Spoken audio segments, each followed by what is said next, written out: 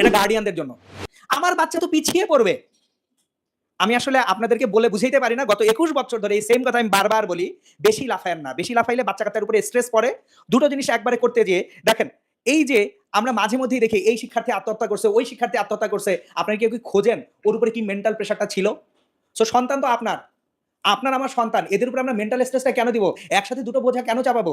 So যারা তোমরা college admission করবা, তারা শুধুমাত্র কলেজ অ্যাডমিশন নিয়েই এই সময়টা কাটাও। এক্সট্রা কোনো স্ট্রেস নিও না। আর যারা কলেজ অ্যাডমিশন করবা না, তারা আনাস তো বলতেছে ১ মাসের ছুটি। আমি কিন্তু নিজে ৩ মাস ছুটি কাটাইছি। আমার এসএসসি পরীক্ষার পরের ৩ মাস আমি শুধু গল্পের বই পড়ছি। এবং এখনো খেয়াল আছে ২০০ র বেশি গল্পের বই আমি ওই এসএসসি পরীক্ষার পরের ছুটিতে পড়ছিলাম। এখন কোয়েশ্চেন, তাইলে আপনি কেমনে নটরডেমে চান্স পেয়ে গেছেন? অ্যান্সার, ২ বছর কি ঘোড়ার ঘাস কাটতে আইছি? 9-10 এ পড়ি নাই? বইগুলা ভাজা, ভাজা তামা করে ফেলছিলাম। এখন এবং আমি খুব কনফিডেন্টলি জানতাম এনডিসির কোয়েশ্চেন হবে, বই থেকে কোয়েশ্চেন। সো আমার বইয়ের বাইরে কিচ্ছু দরকার নাই। আমি শুধু বই পড়ে গেছি, পরীক্ষায় অংশগ্রহণ করছি। আল্লাহর রহমতে এনডিসি গ্রুপ 1 এই আমি পড়তে পারছি।